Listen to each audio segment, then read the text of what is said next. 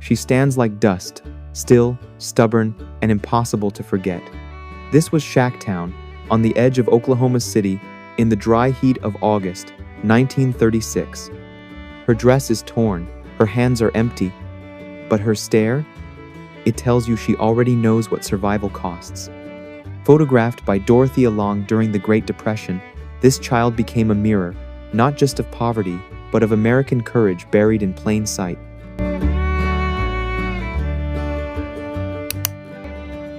Somewhere outside Bakersfield, during the long dust summers of the 1930s, two sisters wait beside their family's car. One leans on crutches, bone tuberculosis slowly stealing her childhood.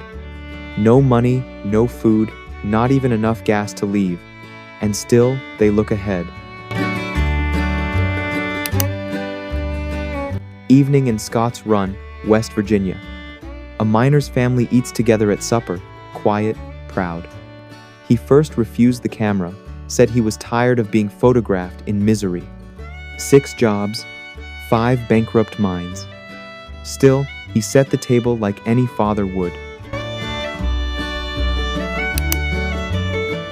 It was May of 1937. 4 children sit quietly on a pile of dirt. They're part of a family from Sweetwater, Oklahoma. 8 kids in total.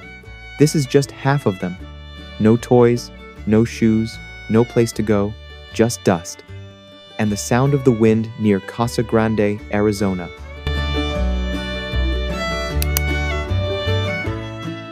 It was the summer of 1936, on a highway in New Mexico. A mother stands beside the car, looking away. 2 of her children hold the door, staring into the camera. The family left Iowa in '32, hoping the dry air would help their father's tuberculosis. Now he's too sick to work. 9 children, no money, and a baby just 4 months old. They're about to sell everything for food.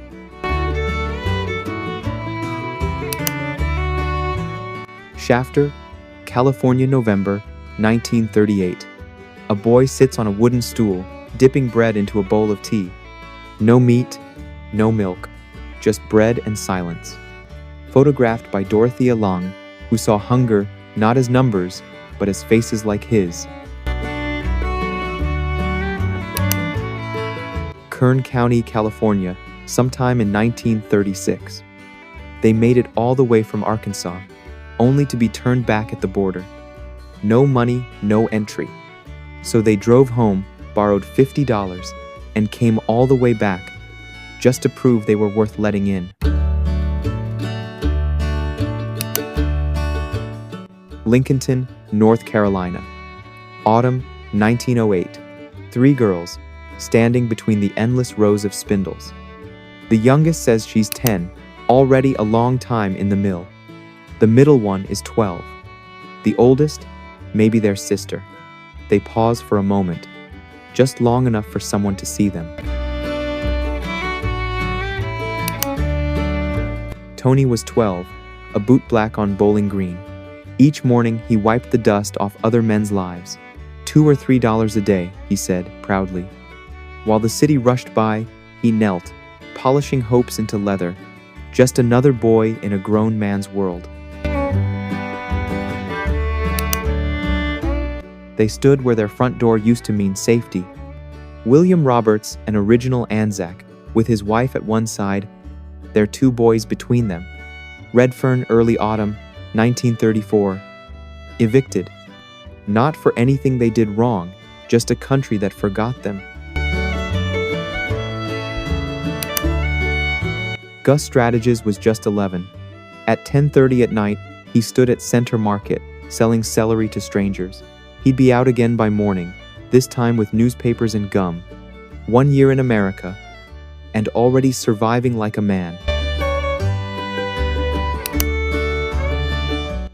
Late in the summer of 1939, just weeks before school would start again, Hazel watches her brother Irving beam with pride.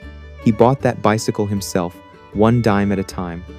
Norma and Charles stand close behind, cat in arms, as if childhood could stretch on forever. It was November of 1936, near the American River Camp in Sacramento, California. A boy lies in the grass, eyes on the camera, still. His father stands nearby and says, "They call me a road hog and a bum, but if I am, how did that boy get into the 8th grade? The boy hasn't been to school in days. There's no food, no proper clothes." He survived 2 days eating frozen tomatoes from a nearby field. June of 1935. On the edge of a California road, an Oklahoma family lives inside their car. The seats are beds now, the trunk, a kitchen. They didn't come west for comfort, just a chance to survive the dust and start over. In November of 1936, 2 children lay in the dust of a migrant camp in California. Their faces don't show fear, just a kind of stillness, like they've run out of questions. Oklahoma was behind them, but survival still hadn't caught up. It was December of 1935. A girl sits alone in the dark at the Bosque Farms project in New Mexico, hands pressed to her face.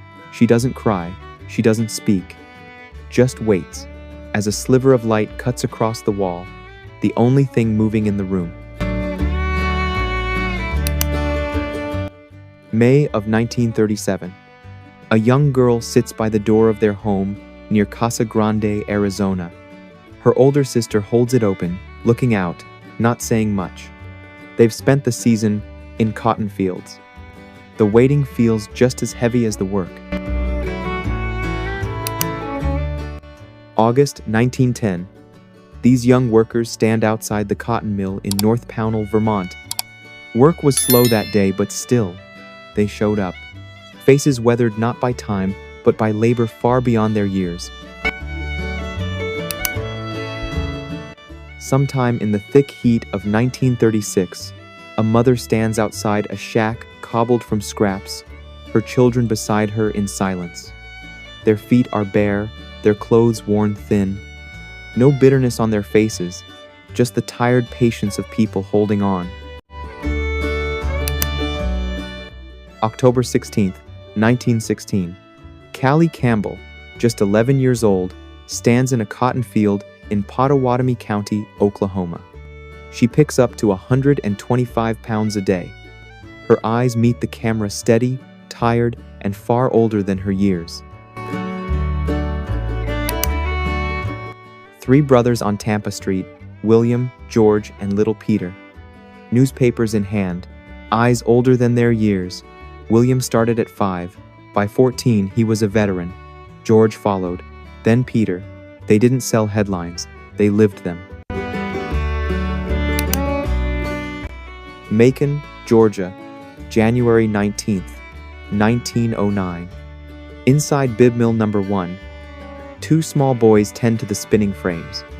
Too young for such heavy work, yet old enough to fix threads and carry bobbins. This was childhood for many. Indianapolis, August 19, 08. Just 12 years old, yet already part of the hustle.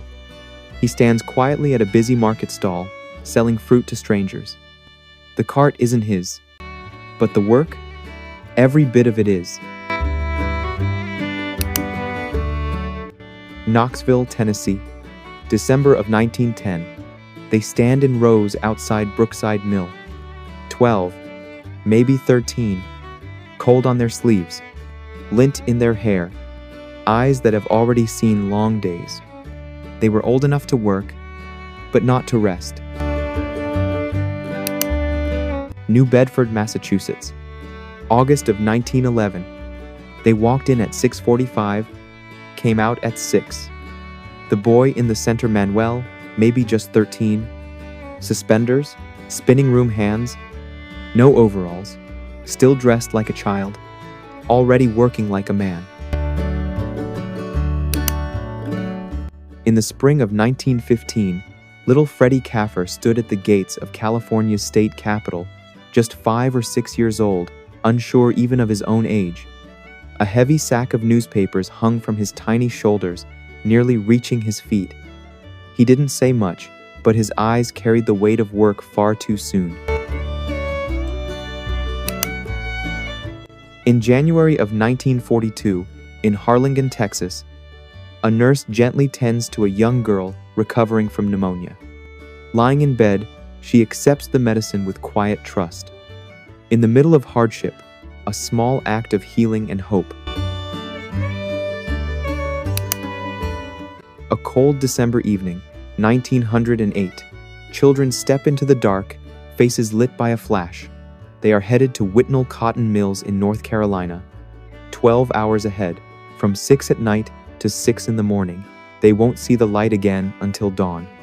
Just another shift in a long childhood of work.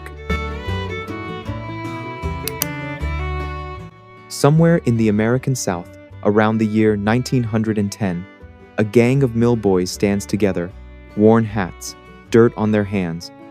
The tools they hold aren't toys. This was their workday uniform. 12, maybe 13 years old. Still just boys, but already men in the eyes of the mill. Sterling, Colorado, around the year 1915.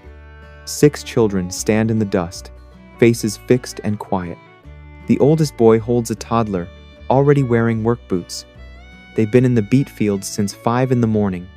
Some will stay until 7 at night. No school, no rest, only the fields, and the need to get done. Warren County, Kentucky, mid-August, 1916. Amos is 6, Horace is 4. From sunup to sundown, they tend the tobacco, worming, suckering, working like grown men. Their father calls them steady. The landowner agrees, but they are still only boys. Sugar City, Colorado, July 1915. Mary is 6, Lucy 8, Ethel 10. They work the beet fields beneath the sun. Their family has been here 10 years. School comes in winter, but summer is for labor, and childhood waits. New York City, July 25th, 1924. A boy stands in the mud with his shoeshine box. No customers. No smile, just waiting in the shadow of City Hall.